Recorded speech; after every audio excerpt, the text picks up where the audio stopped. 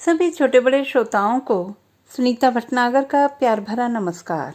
Audio stories के हमारे channel कहानी जगत में आप सभी का स्वागत है। हिंदी कहानियों की श्रृंखला में आइए आज सुनते हैं विमल चंद्र पांडे जी द्वारा रचित कहानी सफ़र। शाम थी, धुंधलका था, शांति थी, पर इन सब का कोई मतलब नहीं था। मन में कोई स्पष्ट विचार नहीं रुक पा रहा था। रुक रहे थे तो सिर्फ गुंजल के आशंकाएं और परेशानियां। बार बार लगता था जैसे बारिश हो रही है, पर ध्यान देने पर पता चलता कि कब की रुक चुकी है। बारिश से धुले घर और उनसे निकली अशोक की डालियां सुंदर लग रही थीं, पर कष्टों की परतों की चिकनाई ऐसी हो जाती है कि हर सुखद दृश्य फिसल फिसल जाता है। और वाकई ऐसे सुंदर दृश्य हैं भी। बड़ी बड़ी चमचमाती रोड लाइटें, बड़ी बड़ी इमारतें और उनमें चमकती रोशनियां, उनकी ऊंचाइयां सड़क पर चलते लोगों को कितना बौना बना देती हैं। यह एहसास सबको होता है या सिर्फ उनको जो चलते वक्त ऊपर देखते हैं? ऊंची ऊंची रिहायशी इमारतों में, माचिस के डिब्बों से दिखती खिड़कियों में कितनी ही परेशानियां भेस बदल कर रहती हैं। होर्डिंग में दिखती खूबसूरत लड़कियों की मुस्कान के पीछे भी जरूर कोई अनाभिव्यक्त कष्ट होगा जो ये हमेशा मुस्कुराती रहती हैं। हर खूबसूरत शय के पीछे अनेक दुख हैं। माँ भी तो कितनी खूबसूरत है, पर उसके साथ चिपके हैं उसके आदि दुख, जिसके बिना उसके चेहरे की कल्पना करने पर सिर्फ गोल खाली आकृतियां दिखती हैं। अब मैं बचूंगी नहीं। आगे के शब्द सुनने के लिए वह वहां नहीं रुक पाया। संवाद वही थे, पर न जाने क्यों अब इनमें सच्चाई की धमक सुनाई देने लगी थी। आज सबसे ज्यादा, सबसे खौफनाक। पहले हताशा हुआ करती थी, अब मौत के सामने थक कर किया गया आत्मसमर्पण। मुझे खोने से डर मत। जैसे मेरे होने की आदत पड़ी है, वैसे मुझे खोने का भी अभ्यास हो जाएगा तुझे धीरे धीरे।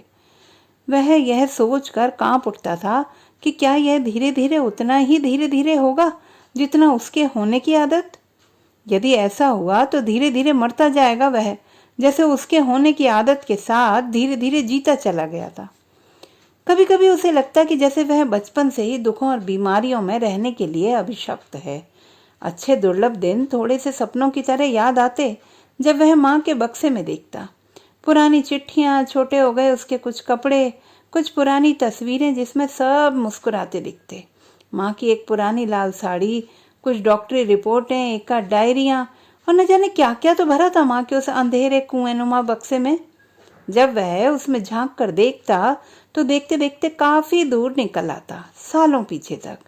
वह अपने खेतों में पहुंच जाता, जहां पिता अस्पष्ट आवाज में कोई गीत गाते हुए हल चलाते रहते और माँ जैसे दूर से पोटली में खाना लेकर आती दिखती। पूरा दृश्य उसके बचपन की ड्राइंग की पुस्तिका के सुखी परिवार वाले दृश्य जैसा लगता था। वहां से वापस आने में उसे बहुत देर लगती। कई बार रास्ता भटकने के बाद जब वह संदूक से सिर उठाता तो पाता कि उसके चेहरे पर अचानक कांटेदार झाड़ियों की तरह पिता की दाढ़ी उग आई है। इस घर के सभी कोनों में माँ के बसने से पहले कहीं कहीं पिता भी थे। एक दम तोड़ती चारपाई पर एक गुम होती हुई सच्चाई की तरह, जो शायद भीतर ही भीतर कहीं ये सोचते थे कि एक दिन ऊपर वाला उन्हें इस असाध्य बीमारी से छुटकारा दे देगा।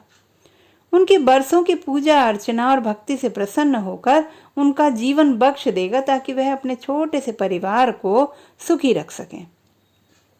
फिर वह इसी शहर में सारे खेत उनके इलाज में बिक जाने के विकल्प में एक और साथ वाला कमरा किराए पर लेकर रह जाएंगे, उसके साथ सटे रसोई घर को मिलाकर। कुछ महीने स्वास्थ्य लाभ लेकर बगल वाली फैक्ट्री में मजदूरी कर लेंगे।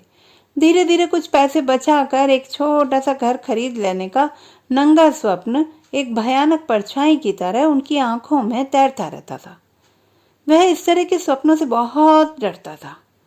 जो स्वप्न आंखों में रहते हैं वे पूरे हो सकते हैं, जो चेहरे पर तैरने लगते हैं वे कभी पूरे नहीं होते। वे सुनहले होकर भी डरावने होते हैं। स्वप्न देखने वालों के काल होते हैं, उनकी छाया काली होती है। पिता के बचने का विश्वास तो था। पिता को विश्वास था अपनी कठोर पूजा पर, उसे विश्वास था खेत का आखिरी टुकड़ा बेचकर लाए गए उन नोटों पर, उन दवाइयों के ढेर पर, जिसकी गंध की वजह से उसे अपना घर किसी खैराती अस्पताल के अहाते सा लगता था। यह विश्वास तब दरकने लगता जब पिता को खांसी आने लगती। बोलते बोलते आती और वह उसे दबाने की कोशिश करने लगते। इस कोशिश में उनकी आंखें बाहर निकल आती और माथे पर असंख्य रेखाएं बन जाती, चेहरा पीला हो जाता।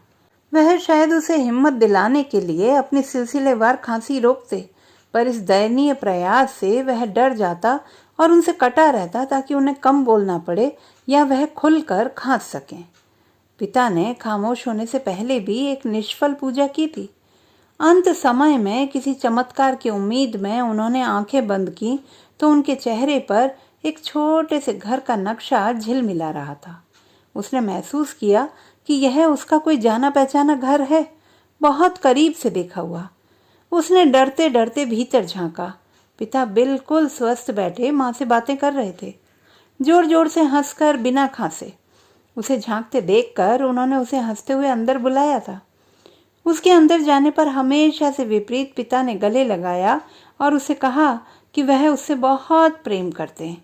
वह रोने लगा और उसने भी उन्हें बहुत सारा अनाभिव्यक्त प्रेम करने की हामी भरी। जब वह उस घर से बाहर निकला तो उसे लगा कि पिता एक कमजोर पीली सी मुस्कुराहट मुस्कुराए हों उस घर को दिखाने की खुशी में। वह घर जो सिर्फ उनके चेहरे पर था और जिसमें उन पर पिता होने का कोई दबाव नहीं था। वह पिता के चेहरे से उस घर को साफ करने लगा, जैसे किसी पुरानी अलमारी के जाले साफ कर रहा हो। चेहरे से वह तैरता घर साफ कर देने के बाद पिता का चेहरा बहुत विदारक हो गया था, खांसी रोकने के प्रयास में बहुत विकृत। माँ शायद इसलिए नहीं रोई थी कि सारे आंसू वही बहाता रहा था कई दिनों तक। माँ में बहुत हिम्मत थी, वह हमेशा समझाती, कमजोर मत बन, हिम्मत रख। वह माँ के चेहरे पर भी कुछ तैरता हुआ ढूंढता था, घर या कोई सपना, पर वहां सिर्फ हिम्मत हुआ करती थी, अपार हिम्मत और एक छोटी सी आशा, बुझती हुई उम्मीद। मुझे वह लड़की बहुत पसंद है, तू जल्दी से उससे शादी कर ले ताकि मेरी आंखों को बंद होने से पहले तृप्ति मिल जाए। वह थोड़ा शर्मा जाता। माँ के बक्से में चांदी का एक कड़ा भी था जो सारी बिकती जाती चीजों के बीच भी अपना अस्तित्व कायम रखे था, माँ की जीजी विशा की तरह। माँ ऐसी बातें करती तो कई भागों में बंट जाती, कई कोनों में। एक कोने में खाने की व्यवस्था के लिए पड़ोसियों के कपड़े सिलती हुई, कहीं उसकी पढ़ाई के लिए ढेर सारी साड़ियाँ बिखेरे उनमें फॉल लगाती हुई, कहीं थोक में ढेर सारे मोती लाकर बच्चों के लिए माला बनाती हुई। उसके कई रूप थे, कहीं स्पष्ट कहीं धुंधले। उन रूपों में सबसे स्पष्ट उसे पता नहीं बरसों पहले का वह रूप क्यों दिखता था जिसमें वह रंगीन साड़ी पहने ईश्वर की मूर्ति के आगे दिया जलाती, छोटी सी घंटी बजाती और सुनाती हर बार की सुनाई गई ईश्वर की महिमा का बखान करती वही कहानियां जिन पर उसे कभी विश्वास नहीं हुआ। पूरी पूजा के दौरान वह हाथ जोड़े बैठा रहता, माँ आरती करती और वह माँ के चेहरे को निर्निमेष देखता रहता। उसे ईश्वर की सारी गढ़ी हुई कहानियों पर विश्वास होने लगता। माँ के चेहरे पर दिए की लौ का तेज उतर आता। ऐसा ही तेज उस लड़की के चेहरे पर भी था जो उसके साथ पड़ती थी। उसने गौर किया था कि मंदिर की मूर्तियों के सामने हाथ जोड़कर आंखें बंद करते समय उसके चेहरे पर माँ जैसा तेज उभर आता है। दोनों कॉलेज की छुट्टी के बाद साथ साथ घूमते हुए उस सुनसान रास्ते पर निकल जाते जहां कब्रिस्तान था और हवा चलने पर सर सर की आवाज आती थी। लड़की ने एक दिन चलते चलते उसका हाथ पकड़ लिया था और उसके कंधे पर सिर रख दिया था। उसकी आंखों में पता नहीं क्यों नमी सी छा गई थी और लड़की का चेहरा पानी में देखे जा रहे दृश्य सा लगा था। तुम्हारे साथ मुझे बहुत अच्छा लगता है। लड़की का सिर फिर से उसके कंधे पर टिक गया था। तुम मेरी माँ जैसी लगती हो, वह बोलते हुए समय के जालों में उलझकर कहीं दूर चला गया था।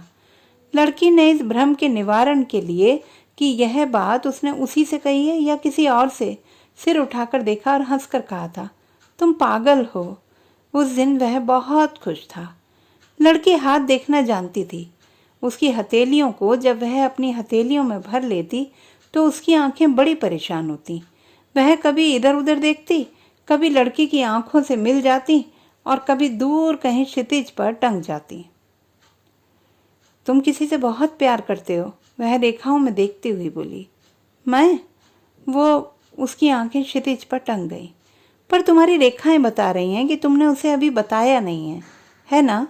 हाँ, तो बता दो उसे। तुम्हारी लकीरें बता रही हैं कि वह लड़की भी तुमसे प्यार करती है। वह पाता कि दूर क्षितिज पर जहाँ उसकी आंखें टंगी हैं, वहाँ डूबते सूरज की लालिमा लेकर एक चेहरा बन रहा है जो उसे देखकर मुस्कुरा रहा है। उस चेहरे पर ढेर सारी रेखाएं हैं जो उसके हाथों की रेखाएं हैं। वह कुछ पलों के लिए अपनी हथेलियों से अपने चेहरे को ढक लेता और पाता है कि उसकी आंखें कुछ नम सी हो गई हैं। मेरा बेटा बहुत भावुक है, माँ अक्सर आने जाने वालों और परिचितों पड़ोसियों को बताती। वह सुनकर थोड़ा दुखी होता। तुम बहुत भावुक हो, भावुक लोग कमजोर हो जाते हैं, तुम हिम्मती बनो। वह माँ की इच्छाओं के अनुरूप बनना चाहता था। वह माँ को बहुत प्रेम करता था। वह उस लड़की से भी प्रेम करने लगा था। वह उसके साथ देर तक बैठा रहता और उसकी बातें सुनता। लड़की उन दिनों कुछ ज्यादा ही बातें करने लगी थी। माँ की तबीयत बिगड़ती ही जा रही है, सारी दवाइयाँ बेअसर हो रही हैं, मैं उसके बिना नहीं रह सकता। ऐसी बातें सुनकर लड़की बोलना बंद कर उसका सिर अपने कंधे पर टिका लेती है और उसके घुंघराले बालों में उंगलियां फेरने लगती। एक पेड़ की डाल नीचे झुककर गुलाब के पौधे को सहलाने लगती जिसके आसपास ढेर सारी तितलियां उड़ रही होती। वह लड़की के मौन में और अपने बालों में उड़ रही उंगलियों में सुनता, तुम घबराओ मत, मैं हूं ना तुम्हारे साथ। मैंने नौकरी खोजने की कितनी कोशिशें की, अब कुछ कमाकर माँ को कुछ सुख देना चाहता हूँ। उसने अपनी पूरी जिंदगी मेरे लिए होम कर दी, पर मुझसे कभी कोई शिकायत नहीं की। वह अपने मौन के जरिए लड़की के मौन से संवाद करता। तुम अपनी लड़ाई में हमेशा मुझे अपने साथ पाओगे। लड़की उसके मौन का जवाब अपनी आंखों से देती। वह भी एक गरीब परिवार से थी और कठिन हालात में अपनी पढ़ाई जारी रखे थी। उसे अपना और लड़की का दुख एक ही बिरादरी का लगता। उस दिन उनके एक सहपाठी का राजस्व सेवा में चयन हो गया था और वह जाने से पहले सबको कुछ न कुछ उपहार दे रहा था।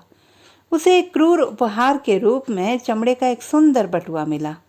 लड़की के लिए सहपाठी ने जेब से सोने की एक शानदार चेन निकाली और उसके गले में पहनाते हुए कहा था, इसे मंगलसूत्र मानना और मेरे लौटने तक मेरा प्रेम संभाल कर रखना। लड़की ने एक बारगी उससे नजर मिलाई और फिर चेन की तरफ देखने लगी थी। सहपाठी ने भरपूर प्यार से उसके चेहरे पर हाथ फिराते हुए कहा था, अपना ध्यान रखना और तुम भी अपना, लड़की बोली थी।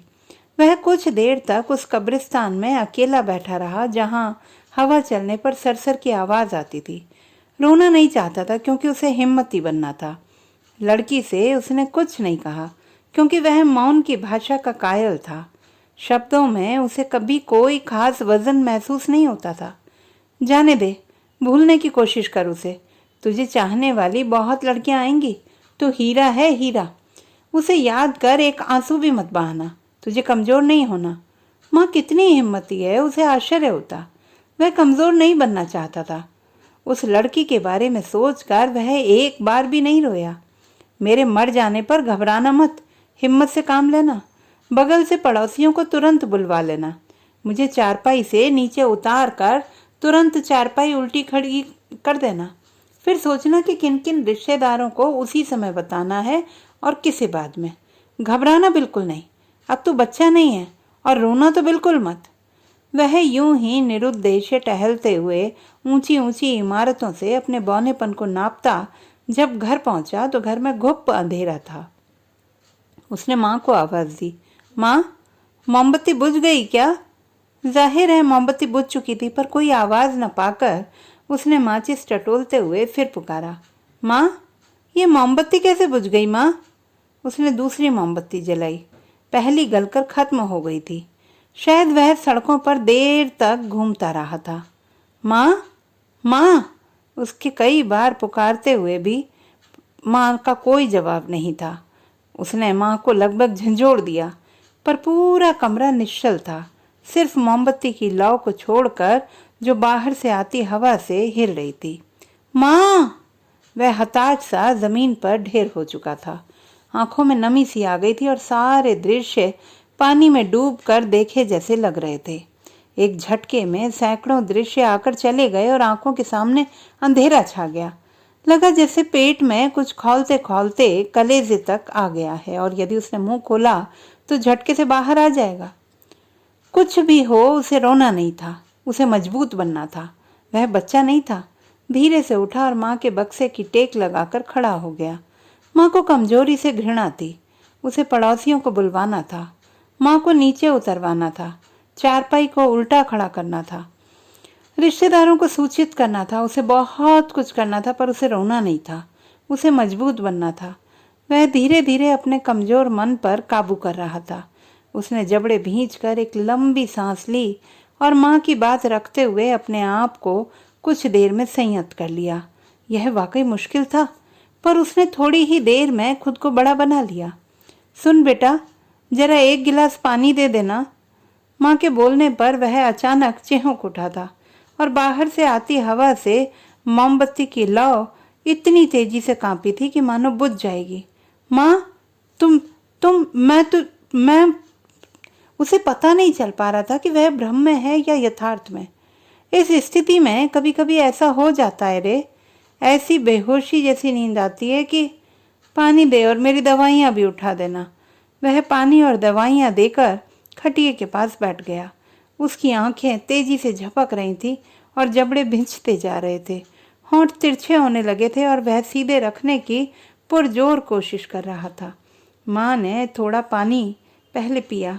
दवाई खोलकर खाते हुए माँ ने ऐसे ही पूछ लिया, क्या हुआ, ऐसे क्यों देख रहा है? बदले में वह खटिए की पाट से सिर टिकाकर छोटे बच्चे की तरह रोने लगा। तो दोस्तों, ये थी हमारी आज की कहानी। आपको कैसी लगी कमेंट बॉक्स में लिखना ना भूलें। चैनल को सब्सक्राइब करें, लाइक करें और मित्रों के साथ शेयर करें।